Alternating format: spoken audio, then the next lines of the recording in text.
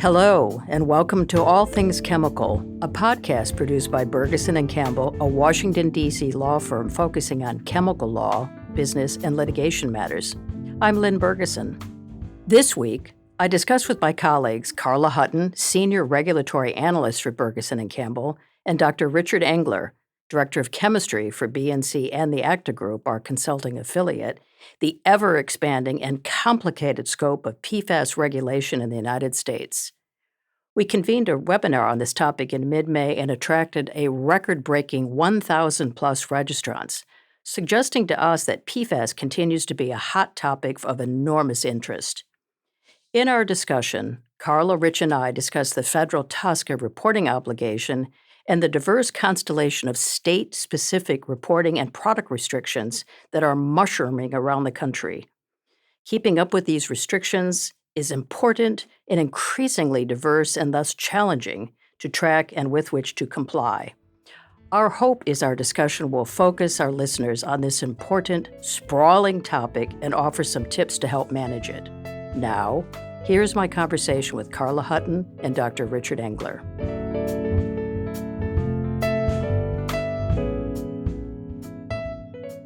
Carla and Rich, it's just a pleasure to talk to you about our favorite topic, PFAS. It's always a pleasure to be here, Lynn. I can't get enough about PFAS these days. Well, I noted in the introduction that we had a webinar yesterday that will be posted on our website that attracted over 1,000 registrants. Now, granted, we talked about EU and domestic PFAS regulations, but I tell you, there is no dearth of interest in this sprawling, increasingly complicated, tricky area of navigating PFAS federal and state product reporting obligations and product restrictions. So I'm looking forward to our conversation. So to kick things off, how about going to you, Carla, first, and then Rich, you second. Carla and Rich, in a word, how would you both characterize U.S. state PFAS initiatives given your respective points of view? Rich, you come at it as a chemist and a scientist. Carla, you have been chiefly responsible for tracking state initiatives, and I think you're both slowly losing your minds. But I could be speculating here. I only get one word? Try to limit it to one word and then expand upon it, Rich. So the one word that comes to mind for me is chemophobia. Oh, So I think the PFAS restrictions and all this legislation is largely driven by fear of the unknown. There are some legitimate concerns about some PFAS, but I think they're especially the way states are defining PFAS, it's so broad that it's really lost meaning, and it's really drifted away from where there are legitimate concerns, and so we're starting to see some evolution back to something that's it brings focus to where the concerns are, and I'm hopeful there. But it is a ever and rapidly evolving space, and Carla can tell us a lot more about that because she's got her finger on 50 different pulses. Trying, and sometimes it seems like different first responders are rushing in with life support. I think my word would be bewildering. Although I could use as many words as there are PFAS by any definition, the states aren't in sync. Maine was out there first and has been open to amending its statute as it's learned more from stakeholders about the different uses, just how prevalent PFAS are in everything. Including, the interior of your electronics, where there's not going to be consumer exposure. And it's Congress, but, among 50 different states. So the legislative process is just never smooth, easy, and predictable. There will be amendments, things will be dropped out, things will be added, and is the final product I think some people might say, well, if everyone's unhappy with it, it's a good product. And I don't think that's necessarily true.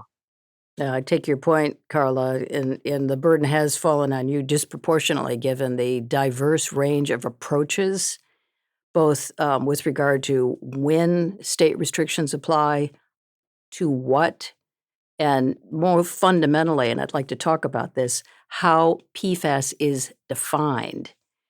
And I think that's what's setting us all kind of in a tizzy because there's no uniform definition of PFAS globally, nationally, or certainly at the state level. So, Carla, maybe you can help us understand better what some of the core challenges business face with regard to state PFAS notification and product restriction regulation. Because I think the definitional conundrum is a threshold concern because of the lack of alignment as to what a PFAS is, the size of the universe. There are thousands of chemicals, and what type of challenges that lack of alignment poses for your clients and others. So, Carla, you first, and then Rich, maybe you can expand upon some of the definitional anomalies. I mean, this right here is a perfect example of an issue.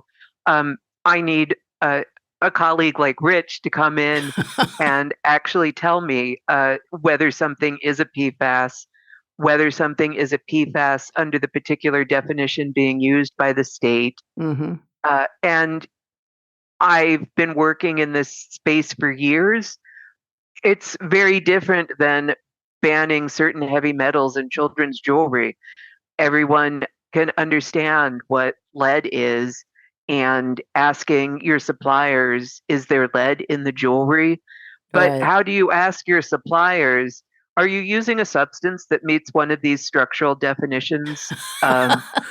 Or You can I ask, mean, but you won't get an answer. and so then that's the next step. Can you trust the responses that you're getting from your suppliers? Do your suppliers know? Do they have their own suppliers?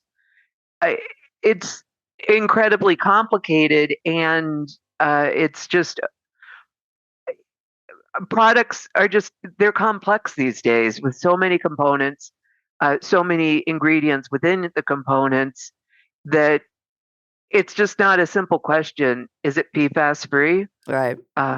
But Rich, I'm sure will have many thoughts about the definitions. Part of why this is so complicated is these legislative actions are not risk-based.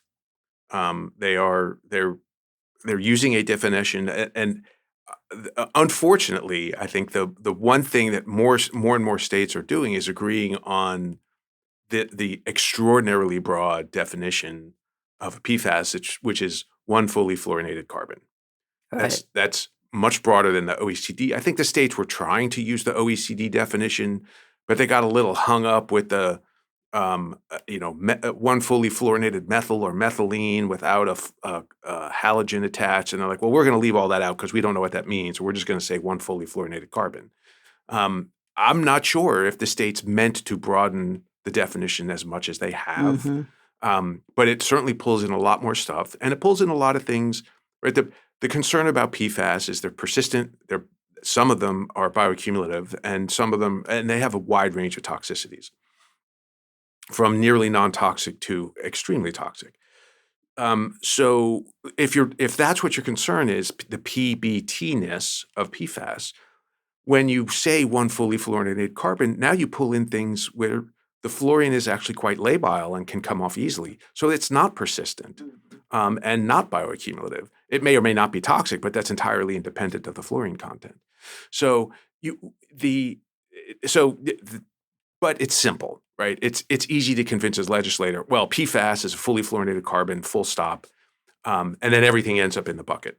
Now we are seeing, and we talked about New Mexico on the webinar, but New Mexico allows for separate consideration of fluoropolymers. And I know we'll talk more about fluoropolymers, but fluoropolymers are a class of PFAS that are very distinct from the ones that are of greatest concern. Things like PFOS, PFOS, and PFOA, PFOA, that have 8 fully fluorinated carbon atoms. So the diversity in restrictions and reporting requirements that we continue to see, but we are seeing some alignment on the definition of a PFAS, and then it because, to Carla's point, it takes a chemist to look at a structure and say, is that fully fluorinated? Because you got to be able to draw the structure, right? If someone says, here's a CAS number, I need to look at the structure associated with that gas number. And I can look at it by inspection. I can say, yes, there is one or more fully fluorinated carbon in that molecule. Well, we have the luxury of having you, Rich, and other chemists on the team, and it brings new meaning to BYOC, bring your own chemist, which we do to every problem-solving event we have. And unfortunately, a lot of businesses here in the United States don't have the luxury of having a Rich Engler on the team to say, hey, is this in or out of scope? But foundationally, that is in my view, probably a key, if not the critical problem here is the lack of definitional alignment and a clear understanding of what's in or out of scope. And these product restrictions, as I think some of our clients are beginning to appreciate, have real meaningful commercial implications. Sure. If not now, in the years to come, like 2026 comes to mind, if you're manufacturing a product and it contains intentionally added PFAS, however that term is defined, you may not be able to legitimately and lawfully offer a product for sale in a state. So we urge anyone listening to be incredibly tuned in to some of these definitional anomalies, and we'll talk about opportunities to limit the application of these restrictions to your product. But circling back to the ever interesting discussion of what the hell is a fluoropolymer, let's talk about that. There seems to be, to your point, Rich, certainly in New Mexico, Canada comes to mind. We're not talking about international regulation in this podcast, but there seems to be a bit of momentum picking up on defining PFAS in a way that would exclude fluoropolymers in some or all circumstances. So maybe you can tell us both what this trend, if I can be so bold as to suggest there is one, might look like. Rich, you first, what is a fluoropolymer and why are some states and countries giving them a second look? So a fluoropolymer is a polymer where the backbone itself is fully fluorinated, fully or partially fluorinated. So you have a PFAS backbone, and it may or may not have branching points and other things hanging from it, but the backbone itself is PFAS. This is in contrast to a polymer where the polymer backbone is not fluorinated, so it could degrade, Okay. but it has PFAS pendant groups. So if you think of a string of Christmas lights, for instance, and the lights themselves are PFAS, but the wire is not, that would be a polymer that's not a fluoropolymer. Okay. And those can degrade to the depending on what those pendant PFAS groups are, what the length of the perfluoro group in those lights on the string of lights, those could degrade to something that's of particular concern. Whereas fluoropolymers are basically inert. PTFE, I was looking at one study. The study was feeding PTFE to rats 25% of the diet of the rats. Wow. And they saw no effects. They saw no health effects. They saw weight loss because they weren't getting sufficient calories because so much of their diet was PTFE. PTFE, right.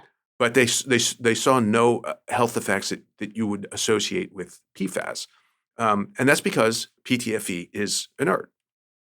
And there's reason to believe that result in a rodent could be translated biologically to humans? Well, yeah, the whole point of PTFE is that it's unreactive. Mm-hmm. So if you eat it, even if it were to be somehow absorbed, it's not going to interact with biological material. It will, if you eat it, you excrete it.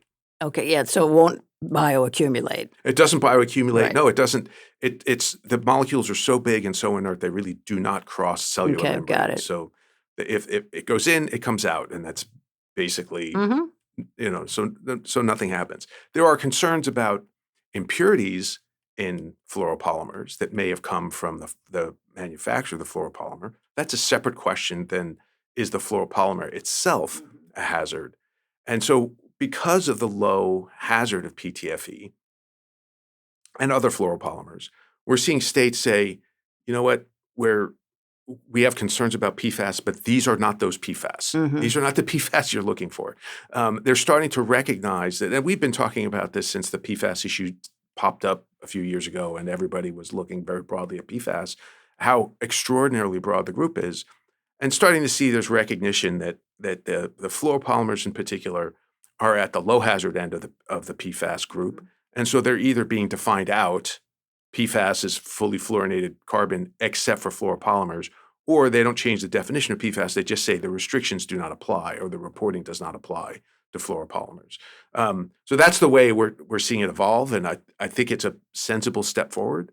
But we'll see if some of the findings of actions like New Mexico and Canada do those devolve back to the early actors, Maine and Minnesota, where they're starting to. I mean, they're much more out in the forefront in terms of reporting and restrictions. Right. Carla, what's your take on that? I know New Mexico went a little bit of a different way with regard to fluoropolymers. Are you seeing that elsewhere? Is it a trend or is it an anomaly? Well, I don't think one state is a trend. So I think I tend to see it for now as an anomaly. And it was so having to confirm with Rich about what a fluoropolymer is and trying to make sense of New Mexico's statute because New Mexico is banning intentionally added PFAS in cookware. And the most common one would be everyone's best friend, Teflon. So does that, I guess in my head, that didn't really make sense. So New Mexico is going to ban intentionally added PFAS in cookware, except that they are exempting fluoropolymers from the ban, and Teflon is a fluoropolymer, so New Mexico will still allow Teflon-coated cookware. And Rich said, yes, that's what that means. Yep, Get I agree. your head around That's what that. that means.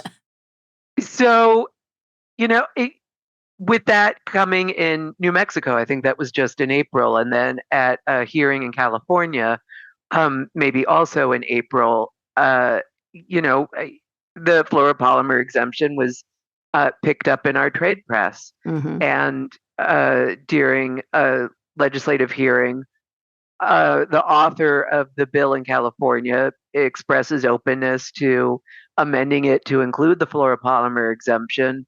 And immediately, several NGOs who I think had been in support of the bill are not. So I think there's going to be tension between industry and environmental and health NGOs.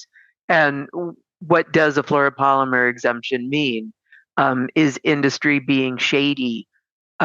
Because it's an awfully big lift to take someone without a chemistry background and educate them about the different risks posed. And is that meaningful? And I mean, it helps that Canada was out there. Canada was actually out there first. But we haven't seen what they're going to come back with as their risk assessment when they do turn to fluoropolymers. So other states have considered the fluoropolymer exemption, and I expect it will continue into legislation next year. Some legislatures have already ended their sessions. The trickier thing for me now is that some are using that exemption without using the word fluoropolymer, which when you're monitoring legislation makes it really hard. Yeah. So what do I search? Polymeric backbone? Yeah, no, that's a good point, Carla. Well, and then it's back to, do the legislatures understand what this means? Do I understand what it means? So I feel for industry. Yeah, It's absolutely. hard, it's complicated, it's ever evolving. I mean, New Mexico's legislation was only introduced this year. There wasn't a proposal process with comments and hearings and webinars and then a final rule. I mean, the legislature sat down and considered a bill. I think it was amended twice at least. But I couldn't find really information on what went into those amendments. And one of those included the fluoropolymer exemption. So what I here we see, are. what I see in your future, Rich, is a video that we can put on our website, and I'm looking for listener feedback on this. PFAS for non-chemists. A little helpful tutorial to get people focused on the scope of and the definitional lack of alignment in this space. I think it would burnish your already stellar reputation on translating these complicated topics into a more receptive, easy to understand platform. Who's the audience, right? Are we trying to The business convince community, the people are that we trying have to to live with convince these the restrictions. legislators that And legislators, exactly. in fact there's a reason to look at these differently? Mhm. I mean, I've been fighting chemophobia. I use that word up at the top. Yep. I use that word a lot in my life. I've been fighting chemophobia for a long time. Mhm. It is very easy to make people scared of chemicals. Right. And I mean, chemists joke about uh, the chemical-free chemistry set. Like somebody marketed a home chemistry experiment set that was labeled chemical-free, which is just comical. Right. Because of course everything is a It's chemical. definitely ironic. But so when we think about what are we trying to achieve, what's the legislation trying to achieve? And is the legislation doing that? Or is the legislation reacting to people's fear of, It might be a little of both because yeah, there's many state legislative bodies are legitimately motivated by the right well, criteria, sure. protecting their citizens from adverse effects of chemical exposure. But here, the way that states are going about this is causing just enormous commercial disruption, confusion, and misplaced concern when there may well be other concerns that are far more likely to cause potential unreasonable risks than trivial amounts of fluoropolymers in products that are not there in any meaningful way. But So it's a tough issue and brings to mind the next question, Carla, which I'm gonna ask you to kind of define in broad terms. But to my eye, the states seem to be following a little bit of a script when it comes to PFAS reporting and restrictions for certain product categories. The devil, of course, is always in the detail, and that's what we've been talking about, the lack of alignment in these very important details. But what is the script in very broad terms? That there will first be a ban on certain consumer products, and those I think we're all pretty familiar with: cookware, cleaning products, juvenile products, textiles, ski wax. Typically, I mean, it's 11 or 12. Mhm. And then there's a reporting period. And then at the moment, it's 2032 in Maine, Minnesota, and New Mexico. Products containing intentionally added PFAS will be banned unless there is an exemption. And Maine and New Mexico have more exemptions than Minnesota. As we've covered, New Mexico's got that fluoropolymer exemption. So those are also, they're exempt from reporting, they're exempt from the ban. But if you're going to stay on the market after 2032, otherwise, then you need to have a currently unavoidable use determination. Which we're gonna talk about in a minute. But so the broad script is these product categories with a full stop ultimate ban 2032, which may or may not be achievable. We've seen a lot of slippage, certainly in some international bans, and even in states. To your point, Rich, there's fits and starts, right? There's lessons learned and growing recognition that maybe the elimination of these products is easier said than done for any number of reasons. But well, and what's your thought let's on also that, Rich? I don't want to buy into the idea that all PFAS are a problem. I mean, we've Right. talked about that. So when we're talking about exemptions and whether it's currently unavoidable use or some of the categories that have been left out, in particular, drugs and medical devices we've seen are largely excluded from the bans and restrictions, um, uh, and electronics as well. Mhm. So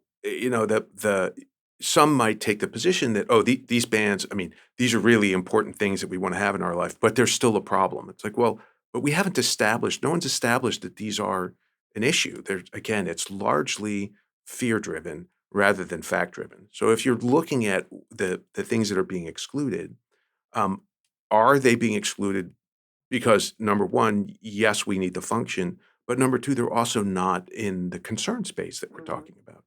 And I'm not going to jump up and down and try to protect PFAS ski wax, um, but there's certainly plenty of uses where PFAS are critical and also don't pose the sorts of risk that these legislations are trying to get at.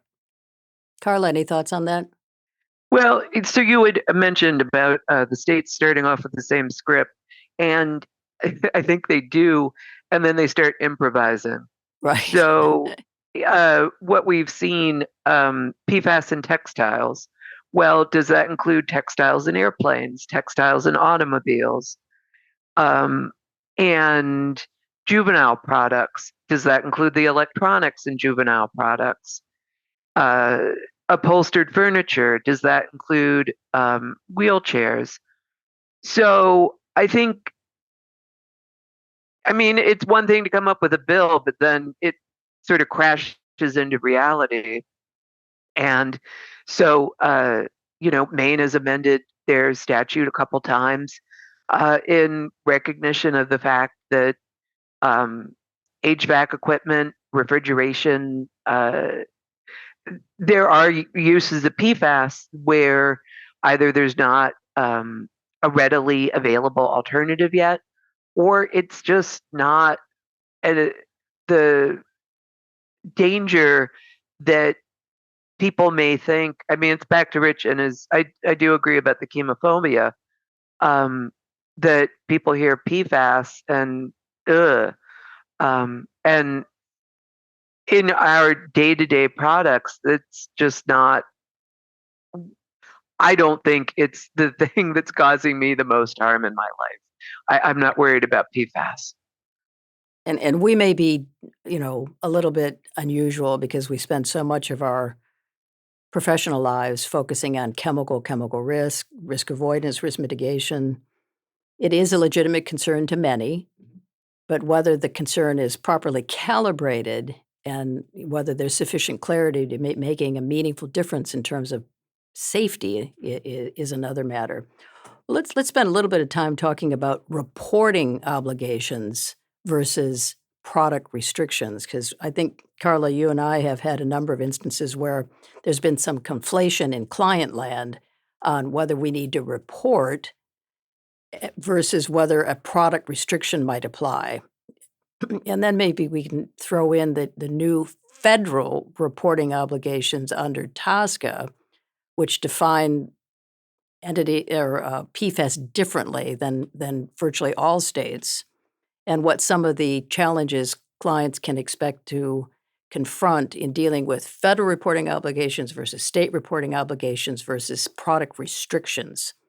Any thoughts on all of the above, Carla? So many thoughts, almost as many as there are PFAS. Uh, so for the reporting, I mean, it's hard because at least in the case of Minnesota, they started off with their statute, and what came up first this year, January 1, were the bans on certain consumer products. And some of our clients, I think, oh, it's a consumer product bill. It doesn't apply to me. Mhm. And Minnesota, no, those were just the prohibitions and just the initial ones. The reporting applies to everybody. And then it's turning into, so is the reporting just on the PFAS in the product? I believe under Minnesota's proposed reporting rule, you need to report the function of the PFAS in the product. And I think function is defined that it might capture the use of PFAS in the process. So it's hard when it seems are the goalposts moving. I think Minnesota might take the stand about this is all coming from Amara's law. It was enacted in 2023. You have had years to obtain this information. You knew you were going to have to report on or before January 1, 2026. But have there been definitions of everything? Um, There was a webinar, but last year, By but the now with state, right, Carla? The state. yes, the state agency held a webinar with a very useful Q&A, but Mm-hmm. um, the state for TSCA reporting, certain things such as medical devices and drugs, they're exempt from TSCA. Minnesota is maintaining everybody has to report, um, including medical devices, packaging.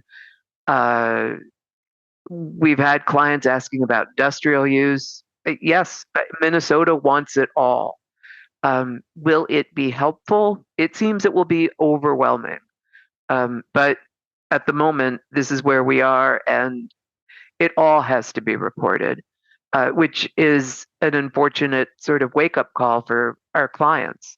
Right, given the deadlines here. And Rich, maybe you can talk about the federal reporting requirement under TSCA Section 8A7, which there was big news earlier this week with regard to some additional time in that regard. But being mindful of your federal reporting obligations versus state reporting obligations, it's not a one and done or a one size fits all, right? No, in fact, there's increasing divergence. So Right. the federal TSCA Section 8A7 reporting standard, the rule was final in 2023. Um, there's no exemptions. It's not just intentionally added PFAS. It's any amount of anything defined as a PFAS. Now, EPA in the rule defined a PFAS differently than either the OECD or the state More definition. narrowly. It is more narrowly defined, and there need to be two fluorinated carbons, not just one. And at least in one of the categories, it doesn't have to be fully fluorinated. So there are structural definitions. Again, bring your own chemist. BYOC rings true. And EPA produced a list of structures that it knew that met any of the three categories of definition, but it is not an exhaustive list. And there are thousands of things on the list that don't have CAS numbers. So a lot of our clients are like, just give me a list of CAS numbers and I can Right. work it. No can But do. none of these has a full list of CAS numbers. There is no exhaustive list because they're structurally defined. Another big difference is PFAS. The 8A7 PFAS reporting is retrospective, not prospective. So in Minnesota, if you have removed PFAS from your product prior to the reporting year, then you do not have to report. Whereas the EPA, you must report manufacture or import of PFAS during a 12-year look-back period, 2011 through 2022. So you've got the divergence in the timing, you've got divergence in the definition. States are focusing on intentionally added. That is not a criteria for 8A7. It's impurities are included, any level. There's no de minimis. Um, so it's yes, it's PFAS. It's reporting on PFAS, but it's so different from the state reporting requirements. Unless you've been importing the same product across all that time and intend to continue, then you might have the same fact set that you're reporting retrospectively or prospectively. So it is a challenge. It's bewildering. I think that's a term that Great really term, does fit Carla. what's going on with PFAS these days. And it's going to be a burden on everybody. Well, I think the Trump administration has expressed in more recent utterances maybe a receptivity to revisiting the Yeah, scope of the 8A7 reporting obligation, particularly with respect to articles. What do you think, Rich and Carla? well, so as you note, that the reporting deadline was extended yesterday's Federal Register notice, and EPA in the notice expressed a willingness to reconsider the lack of exemptions. And there was a petition, a Section 21 petition, asking EPA to go back to match the 8A7 reporting obligations, basically with chemical data reporting, including exemptions for articles, polymers, impurities, byproducts, a number of things. I think the administration is open to reconsidering that, and that given the lengthy extension, I would be surprised if we don't see a proposal to modify the rule to restore some exemptions. I don't think it'll go all the way back to CDR level Mhm. exemptions. I think there legitimate reasons why EPA needs to know. For instance, our furniture covered in textile coated with PFAS that are the non-fluoropolymer PFAS that are potentially problematic. I think that's a legitimate question as a potential source for problematic PFAS in the United States. I think that's different than fluoropolymers. Um, I think we may see something related to intentionally added. Do you have to know or a de minimis number? We may see exemptions rather than limited reporting for small quantities of R&D. We may see those entirely exempted. Um, Part of that is the regulated community, and part of that is what's EPA going to do with all that data. Right. Right. There's a limit in EPA's capacity to process and understand it. So if EPA is going to focus the data that's going to be more useful, they relieve some of the reporting obligations on the regulated community. We get to something that's more efficient and more appropriate for what they're trying to do. Carla, what do you think in response to the same question? The Federal Register notice that Rich alluded to was published on May 13th, 2025, that provided more time to report, but also alluded to the administration's desire to revisit some of the contours of the original 2023 final rule. Do you think that will have any residual impact on state reporting obligations or the scope of PFAS at the state level?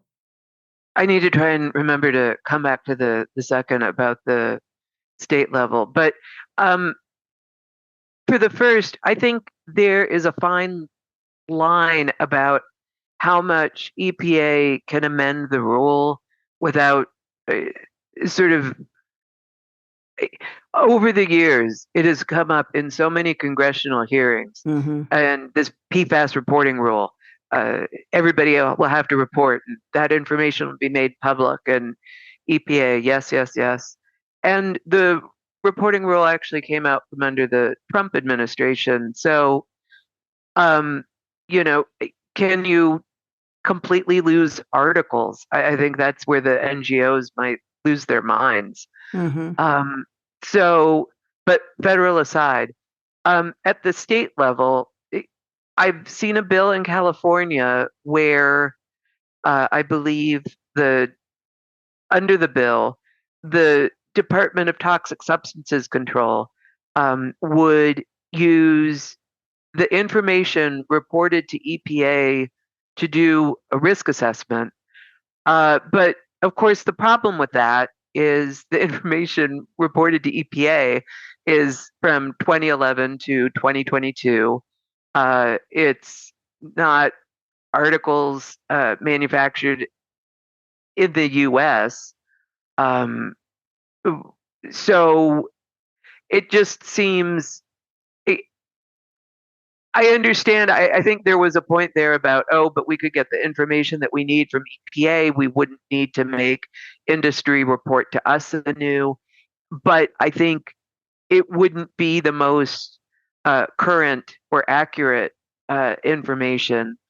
So if Minnesota gets its reporting rule issued in final, if they get an IT system set up, New Mexico's statute includes using similar information that's publicly available, and it's got the same information requirements as Minnesota. So it's not that industry would have to report in 50 different states potentially. I think there's a recognition on the state level to follow the statutes that have already been enacted, and they're sticking to the script on reporting better than in some other areas. So if Minnesota has its reporting, then New Mexico could well decide, well, we can get information from Minnesota. People are using the same sorts of cookware or cleaning products or whatever. We don't need to have our own reporting rule. So that could be easier than the heavy retrospective lift with EPA. And I just want to remind listeners, and I think Rich and Carla, you would agree that independent of the federal reporting obligation, when it takes effect and what it covers, the fact that it's out there is having an intended effect. All of these restrictions are encouraging product manufacturers and importers to revisit their chemical compositions and try to manufacture products without PFAS. Mhm.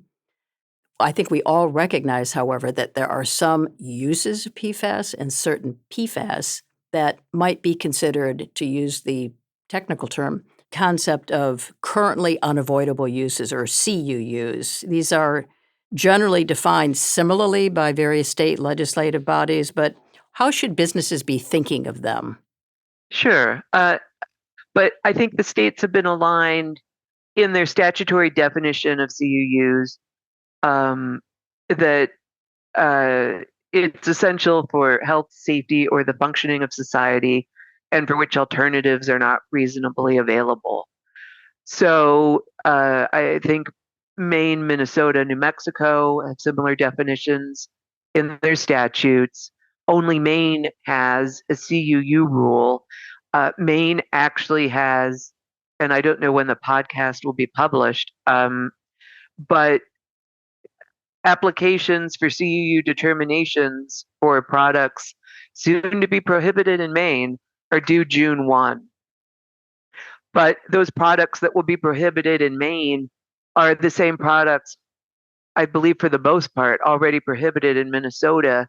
So part of the CUU application process is explaining why the use is unavoidable, why alternatives aren't feasible, or unavailable, and if if that prohibition exists elsewhere, why the alternatives aren't adequate for Maine. So I don't know how many applications will be submitted. I don't know whether any will actually be approved. Um, but so CUU is out there as an option, Mhm. uh, but it's going to have to mean admitting publicly we use PFAS. Right. Um, and I think back to Rich's chemophobia point, there's a reluctance to do that because PFAS is seen as just a toxic word, not just a bad word. So when some information came out from Maine's aborted reporting rule, um, the class action attorneys got to work, and there were some lawsuits filed just because companies had reported that there was PFAS. Not that anyone has specific harm that they can allege, but there was PFAS in my whatever, Mhm. and that's not going to. I don't know what the landscape will look like once Minnesota makes public the results of the reporting. Um, it just seems like there will be an explosion. But maybe Rich has some thoughts about this. No, Well, I agree. I think that any public database of the presence of PFAS in products will be used by the tort bar as a uh, as a database for potential lawsuits. sure. We're Um, seeing that now. yeah, and we've already seen, and we've seen some evolution. First, there Mhm. was the presence of PFAS was alleged to be harmful. The courts have pushed back on that. That there's Prove been it. no, Right. but now it's false claims Right. where somewhere your product said safe, but there's a PFAS in it. Um, is that actionable? But that's a fact decision that would presumably require a fair amount of discovery and deposition and potentially actual litigation, and that's expensive. So I think, and you alluded to it earlier, a lot of companies are just trying to get out if they Right. can. And avoid it altogether. So maybe that's where we end up with the CUUs is if you can't get out, that you're left with a CUU, currently unavoidable use, because there isn't an alternative. one of the questions that comes up in my mind when we're talking about CUUs is how much performance do you have to lose for it to be unavoidable? So you might be able to function without a PFAS, either PFAS containing or a product that was made using PFAS. Because I believe it was California, intentionally added, it's not just in the product, but anywhere in the process to make the product. So if you used a PFAS 3 steps further upstream, but the PFAS was used, then that product, air quote, intentionally contains a PFAS. Yes, right. And that's a pretty wide net. You know, are cell phones currently unavoidable uses? You know, if you can't make a cell phone without a PFAS, is that unavoidable? Well, we lived without cell phones for a long time. We lived without smartphones for a long time. I think most people would think that a smartphone is currently an unavoidable use, but certainly society can go on without them. Some people would argue that cell phones are an actual a detractor to society. Uh, how is that going to be defined in terms of unavoidable? Is at what point is the function sufficient to justify its continued use, or is that going to be in the eye of the beholder, which is some state official that's going to review the CUU determination and say, yeah, we agree, cell phones are PFAS use in cell phones is currently unavoidable, but PFAS use in cookware is not. That Right. you can certainly have an uncoated cookware. Well, that's one of the many both fascinating and frustratingly diverse aspects of this space. Currently unavoidable uses are, Carla, to my eye, have coalesced around a general set of criteria. How those criteria are interpreted by any state legislative body, the court of public opinion, or anyone else for that matter, is going to vary greatly. And to both of your points, if you optimize the opportunity to, be a currently unavoidable use, it is also a declaration of that use in your product, which some companies are simply disinclined to announce. So it's a very vexing area, one that is, it's both a protection for continued use, but a declaration of continued use, which obviously is going to be interpreted very disparately by different cohorts in the commercial space. A couple of last questions that I wanted to get to, because I think people listening to this podcast, their heads might look like the exploding head emoji right now, given all of these issues and the lack of alignment and the opportunities for divergence. But maybe one important question is, what advice can you offer businesses that have to deal with these burgeoning, evolving, non-aligned reporting and product restriction obligations? Carla, to your point, how do you monitor and prepare for reporting and obligations and product restrictions, given the fast-changing nomenclature of PFAS here? You alluded a little bit to fluoropolymers and even the absence of that in key word searches.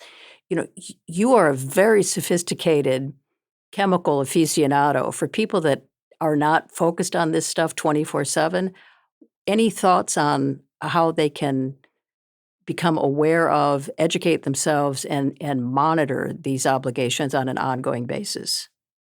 This sounds like an obvious prompt for a shameless plug for our website and our Oh, is memos it? and blogs. Uh, but I think that's part of what you can do. We certainly put out an awful lot of free material. We're not the only ones to try and get businesses up to speed, to increase awareness.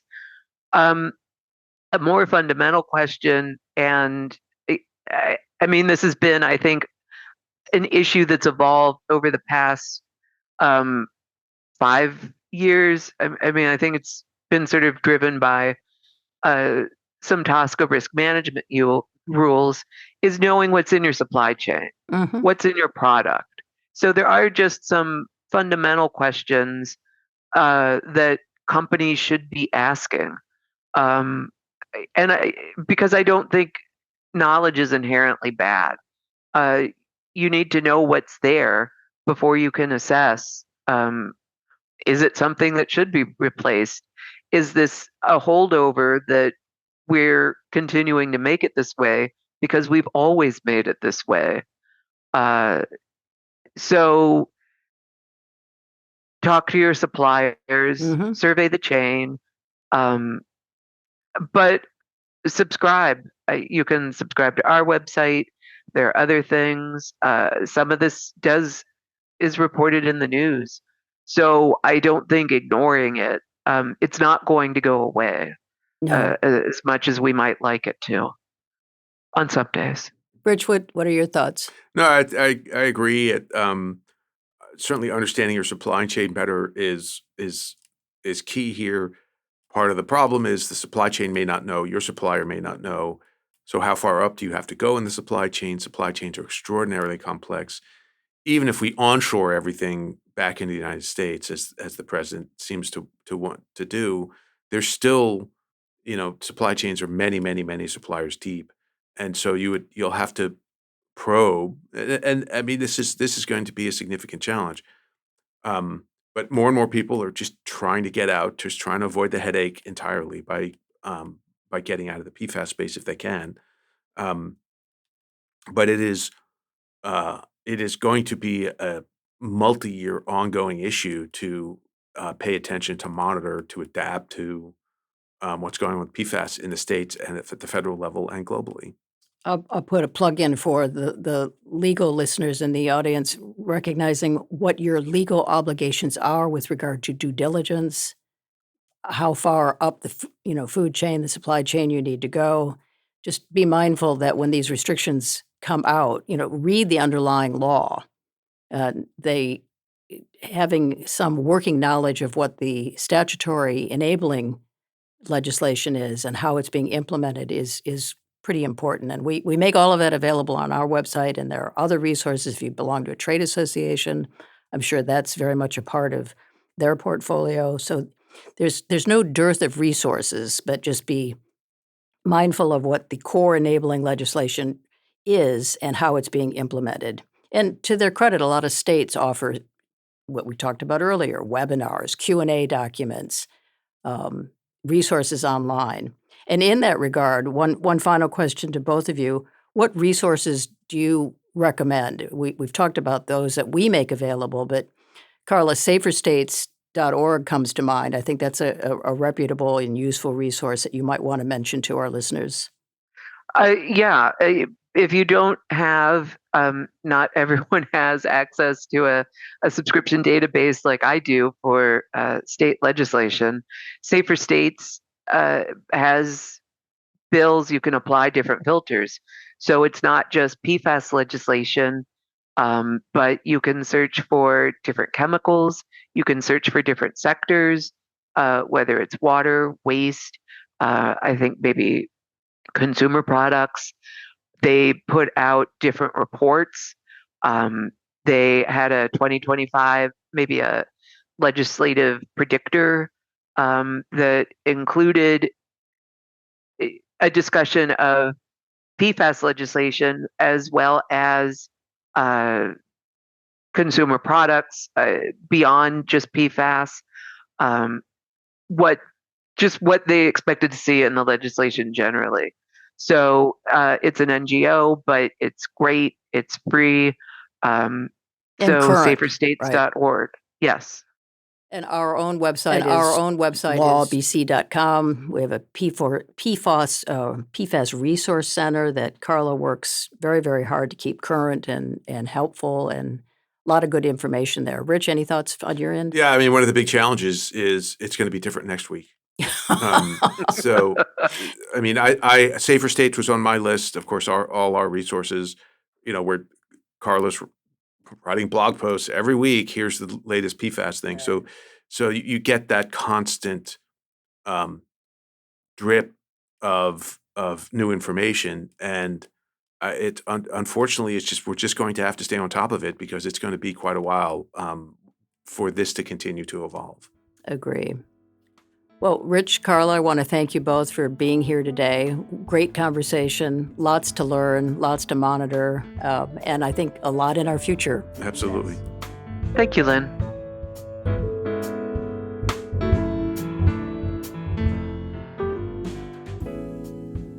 My thanks again to Carla Hutton and Dr. Rich Engler for speaking with me today about federal and state PFAS reporting obligations and product restrictions. Stay tuned.